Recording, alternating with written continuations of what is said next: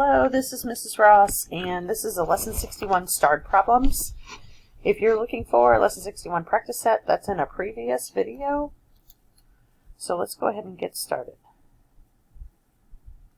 These are the practice set done in the previous video. Alright, here's a starred problem. So let me just bring this one down here. It says, use a ratio box to solve this problem. The muffin recipe called for oatmeal and brown sugar in the ratio of 2 to 1. If 3 cups of oatmeal were called for, how many cups of brown sugar were needed? And it says that we need to solve this using a ratio box. So that's the Dora the Explorer method. Ratio box, proportion, cross multiply. Ratio, actual. So let's see, we have oatmeal and brown sugar. So oatmeal, brown sugar. The ratio is 2 to 1. We actually use 3 cups of oatmeal. How many cups of brown sugar? So that's where our x is going to go. So from here, I have my proportion. And then I'm going to cross multiply. So 1 times 3 is 3. My equals comes down. 2 times x. And then I'm going to divide. Oh, this is ugly. So I have x. My equals comes down. And 2 goes into 3 1.5 times. So that's my answer. Okay.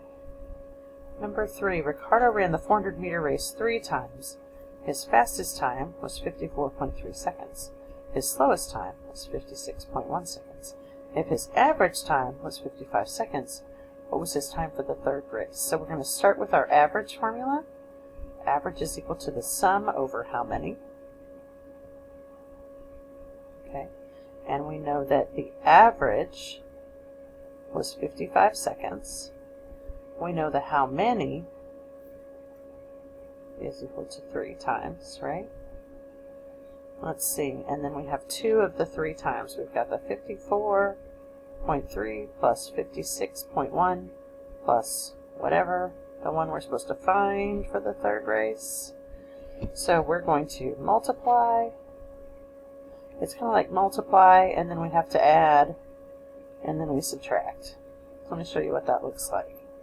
So 3 times 55. Where can I write that down? 3 times 55.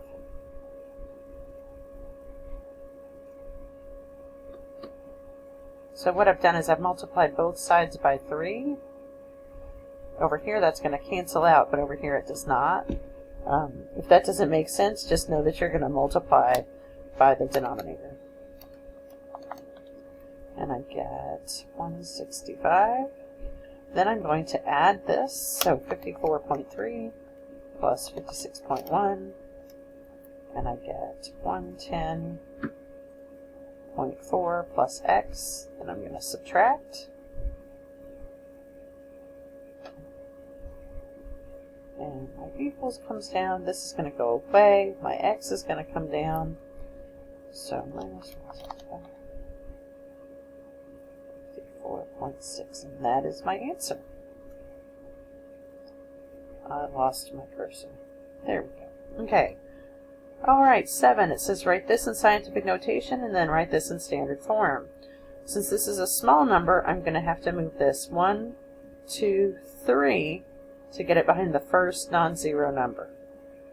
So we start off with 1.05, and I moved it 3 times in this direction, which means it's a negative 3. Here I have standard form, so 3.02, and I'm going to move it 5 in that direction.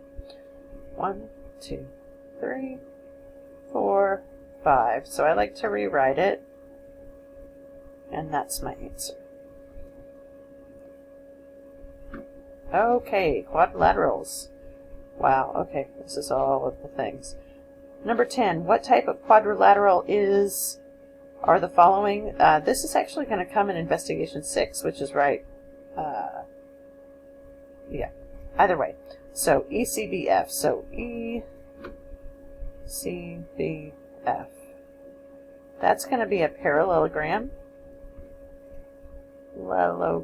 Because we have 2 parallel sides. We have this side and this side are parallel, and this side and this side are parallel, or two parallel pairs. And then ECBA, let me pick a different color. ECBA. So that's going to be a trapezoid because we only have one pair of parallel. This is parallel to this, but this is not parallel to this. Alright, so let me erase all of that because we're going to start doing some computations. If AB and ED are 4, so let's mark that up here. AB is 4, ED is 4, BC and EF are 6.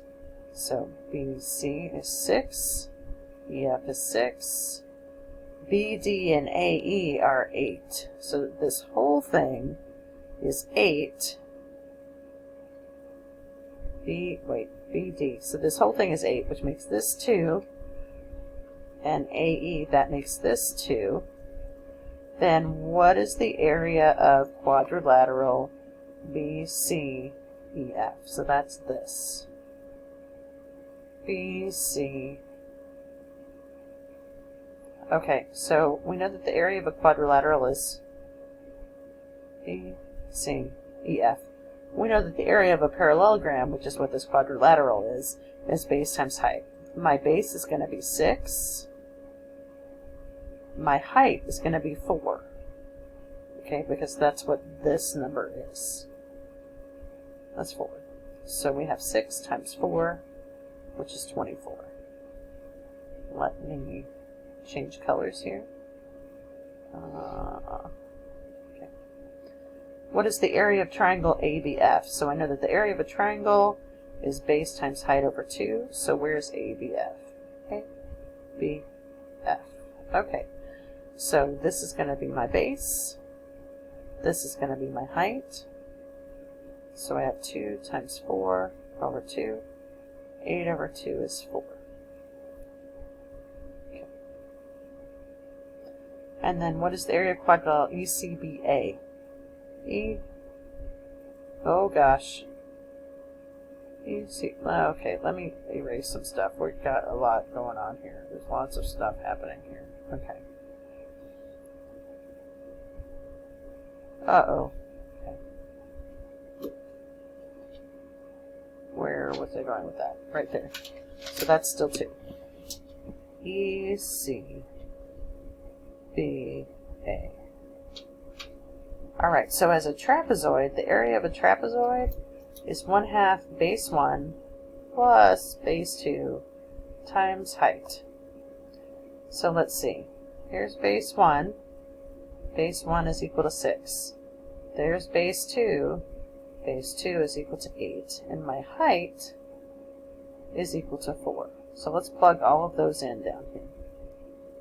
1/2 6 plus 8 times 4. So we have 1/2 14 times 4. So 1/2 of 14 is 7 times 4, which is 28. Okay. The following is an ordered list of... Oh, no, we are not doing this problem. Yeah, we're not finding this. This is a box and whisker plot problem that we are not going to do. If I can find my cursor again. There we go. Okay, a park in the shape of a parallelogram has the dimensions below. If Clyde walks around the park once, how far does he walk? So they want the perimeter here. So if this is 160, this is 160, and this is 120. So the perimeter is 120 plus 160 plus 120 plus 160, which is 240 plus some numbers that make... I lost my cursor again. Good grief. There. I need it there. Let's try a different color and see. This is 560 as my perimeter meters. what is the area of the part? So the area is base times height. So my base is going to be 160, but my height has to make this 90 degrees. So this is my height. 160 times 100 is 60, 1, 2, 3. That's the area.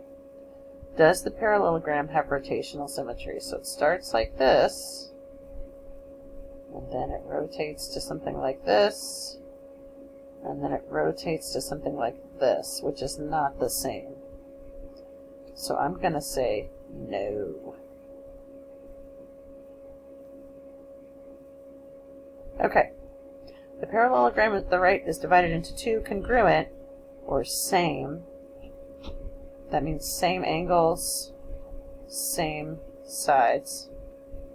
Find the measure of blah. Okay.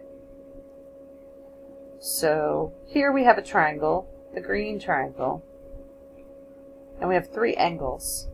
All three angles of all triangles anywhere add up to 180.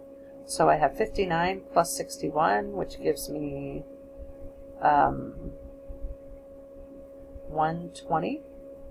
And then to find A, I'm going to have to subtract, and I get 60. So A is 60.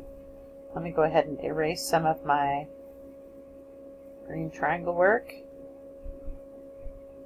Okay. And then, let's see. So if this is 59, I know if I go straight across, C is going to be 59 degrees. Okay? And I also know, let's see, I need a different color, there we go, that if this is 61, B is an alternate interior angle. So this is 61, and this is 60. So now I have all of them labeled, because this goes here, and this goes here, alternate interior. So let's see what we got here. Measure of A is 60 degrees. Measure of B, 61. Measure of C, 59. Measure of D, 60. You can also tell, so this triangle has the same sides, same angles as this triangle. So if this one's 60, and if that one's 59, then you can figure from the sides. That didn't make any sense coming out of my mouth. Just follow what I did here. Okay. The trail Paula runs begins at 27 feet below sea level. So I'm going to draw a mountain, and then this is sea level. So she begins at 27 feet below. Because she hates herself, probably. I'm not sure. Why would you do that to? That's Paula, who has two heads. Okay. And ends at 164 feet above sea level. So this is 164. And it wants to know the total elevation change. So it wants to know this total. So what we're going to do is we're going to do 164 plus 27. And we get 191. I might have to make a second video. Oh my, okay. So anything to the 0 power is 1, minus, if you see this, then it goes into the basement. So this is 1 over 2 cubed. So let's work that out. So I have 1 minus 1 over 2 times 2 times 2, because that's what this is, which is 1 minus 1/8. Now I can rewrite this as 8/8, right? So let's do that. 8 over 8 minus 1/8. And my answer is 7/8. Okay, I think I'm going to stop there. And let's see, I'm pretty sure. Oh, that's it. Okay, well, let me see if I can do this one in 30 seconds. You're going to multiply 2.75 times 1,000. Milliliter, no, milliliters is what we want. Liters is what we're going to, this is, there we go. Yay, we did it. Let me know if you have any questions.